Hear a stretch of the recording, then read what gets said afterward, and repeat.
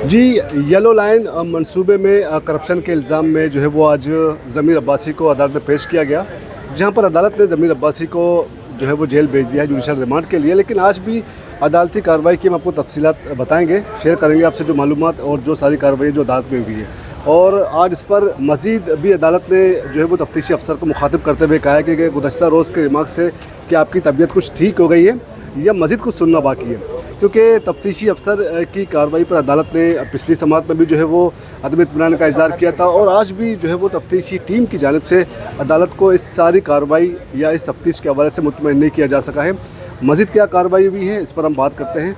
अमीन अनवर जो कि सारी कार्रवाई में कमरे अदालत में मौजूद थे और इस सारी कहानी का अहवाल बताएंगे। जी अमीन, ये बताएं कि आज क्या मुहूर्त था जज का और आज क्या मामला सामने आया? जी देखें शफी साहब, आज तकरीबन कोई चौथा रिमांड था ज़मीर अब्बासी का, जो साबिक प्रोजेक्ट डायरेक्टर हैं, एंटी करप्शन साबिक प्रोजेक्टर हैं BRT येलो लाइन के, जिन पर 8.5 अरब रुपए की मुबैना करप्शन के इल्ज़ामात हैं।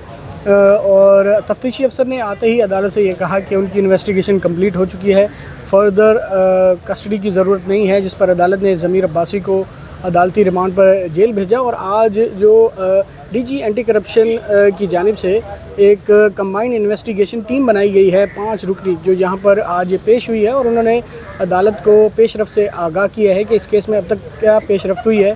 उन्होंने अदालत को बताया कि ज़मीर अब्बासी से दौरान इन्वेस्टिगेशन 128 सवालों के जवाबात जो है वो लिए गए हैं।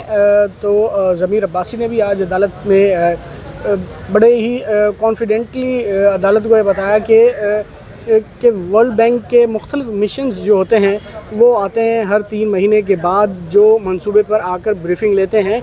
और उनके टेन्योर में जो है वो 3 दफ़ा वर्ल्ड बैंक का मिशन आया था, तो जो वो उनको साइट पर ले जाते थे और उनको वहाँ पे ब्रीफिंग वगैरह देते थे। लेकिन उनकी गैर मौजूदगी में जब उन्हें हटाया गया तो जो मिशन आया था वर्ल्ड बैंक का, उसे सही तरह ब्रीफ नहीं किया गया, जिसकी वजह से उन्होंने एक लेटर लिख के तहफ़्फ़ुज़ात का इजहार किया।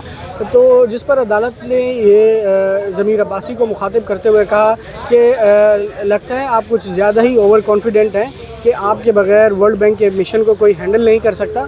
तो ज़मीर अब्बासी ने यह कहा कि अगर उन पर 1 रुपये की भी करप्शन जो है अगर वो साबित हो जाती है तो फिर वो अदालत के सामने अपना सर निगू कर लेंगे और अदालत जो मर्ज़ी फ़ैसला करे। ताहम अदालत ने जो कंबाइंड इन्वेस्टिगेशन टीम थी उनसे भी मुख्तलिफ सवालात किए, उनसे पूछा कि ये 8.5 अरब रुपए की जो अदायगी है ये किस तरह हुई, कंसल्टेंट कौन था। तो उस पर उन्हें बताया गया कि कंसल्टेंट जो है वो नेस्पाक है और इनसिक्योर अदायगियाँ जो है वो की गई है, जिसकी वजह से ये मामला सामने आया है। और अदालत ने यह भी कहा कि क्या रिकॉर्ड जो है वो हासिल किया गया है, क्या रिकॉर्ड हासिल नहीं किया गया। ये कार्रवाई मैं चाहता हूँ कि जो हुई है वो मैं आपको पढ़ के सुना दूँ, जिस पर अदालत ने मुख्तलिफ सवालात किए हैं जो कंबाइंड इन्वेस्टिगेशन टीम आई हुई थी उनसे। तो अदालत ने ये सवाल किया कि अदालत ने ज़मीर अब्बासी को ये कहा कि अगर आपने तमाम अदायगी कानून के मुताबिक की है तो फिर ये सारा मामला सामने क्यों आया है। उस पर ज़मीर अब्बासी ने वही बात की कि हर 3 महीने बाद वर्ल्ड बैंक का मिशन आता है। वर्ल्ड बैंक ने डिस्पर्समेंट बढ़ाने का कहा था और वरना कहा था कि हम मज़ीद अदायगियाँ नहीं करेंगे। तो ज़मीर अब्बासी का ये कहना था कि उन्होंने डिस्पर्समेंट बढ़ाई और वक्त से पहले ही जो काम था 9 माह पहले ही वो मुकम्मल कर लिया था। और अदालत ने मज़ीद जो पेशरफ्त रिपोर्ट है तफ्तीशी अफसरान जो कंबाइंड इन्वेस्टिगेशन टीम आई थी उनसे मुखातिब होते हुए कहा कि लगता है कि 90 रोज़ में अब अपनी इन्वेस्टिगेशन कंप्लीट कर लेंगे। तो उस पर जो इन्वेस्टिगेशन हुकाम थे उन्होंने कहा कि भरपूर कोशिश की जाएगी कि 90 रोज़ से पहले ही ये इन्वेस्टिगेशन जो है वो कंप्लीट की जाए। तो अदालत ने जो तफ्तीशी अफसर हैं शेर ज़मान, उन्हें भी मुखातिब करते हुए कहा कि कुछ ट्यूनिंग आपकी मीडिया ने कर दी है और अब आप भी कुछ काम करें और कुछ कारकर्दगी दिखाएं। तो उन्होंने कहा कि वो बिल्कुल इंशाल्लाह अपनी कारकर्दगी जो है वो दिखाएंगे और इन्वेस्टिगेशन कंप्लीट करके जो चालान है वो अदालत में पेश किया जाएगा। और आज अदालत ने जो दूसरी अहम बात वो ये है कि ज़मीर अब्बासी के वकला की जानिब से दरख्वास्त ज़मानत दायर की गई है, जिसमें मुख्तलिफ दस्तावेज़ात भी मुंसलिक की गई हैं। उस पर अदालत ने प्रोसिक्यूशन और इन्वेस्टिगेशन ऑफिसर को 11 जुलाई के लिए नोटिस जारी कर दिए हैं। और अदालत ने ज़मीर अब्बासी को जो है वो 13 जुलाई तक के अदालती रिमांड पर जेल भेजा गया है और उनको ये कहा गया है कि 13 जुलाई को ज़मीर अब्बासी को वीडियो लिंक के ज़रिए अदालत में पेश किया जाए और अब इन्वेस्टिगेशन के बाद जो चालान है वो अदालत में जमा होगा और मज़ीद इन्वेस्टिगेशन देखते हैं कि क्या होती है।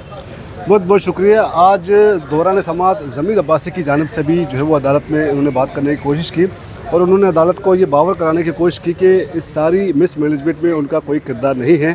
वो वर्ल्ड बैंक के साथ भी रहे हैं और वर्ल्ड बैंक को ने जितने दौरे किए थे उन तमाम दौरों में वर्ल्ड बैंक के साथ भी रहे, टीम के साथ रहें और उस टीम को भी मुतमईन करते रहें।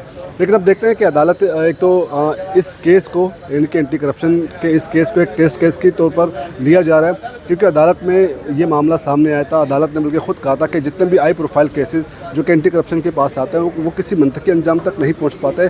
कन्विक्शन रेट इसीलिए बहुत कम है। नाक़िस तफ्तीश की वजह से जो है वो हाई प्रोफाइल मुकदमा जो है वो बगैर किसी नतीजे के बगैर किसी गैर नतीजाकुन साबित होते हैं और मुल्ज़िमान जो है वो बासानी बरी हो जाते हैं। तो देखते हैं इसको भी टेस्ट केस के तौर पर लिया जा रहा है और एंटी करप्शन महकमा एंटी करप्शन किस तरह इस केस को परसू करेगी और उसके अलावा ज़मीर अब्बासी अपनी बेगुनाही साबित करने में किस हद तक कामयाब होंगे बकौल ज़मीर अब्बासी के वो इस तरह के किसी भी मिस मैनेजमेंट में माली बदअनवानी में जो है वो शामिल नहीं है। अब देखते हैं इस मुकदमे के हवाले से आइंदा समाअत में जो पेशरफ्त होगी वो हम आपके सामने शेयर करेंगे और तब तक के लिए इजाज़त दीजिए। अल्लाह हाफ़िज़।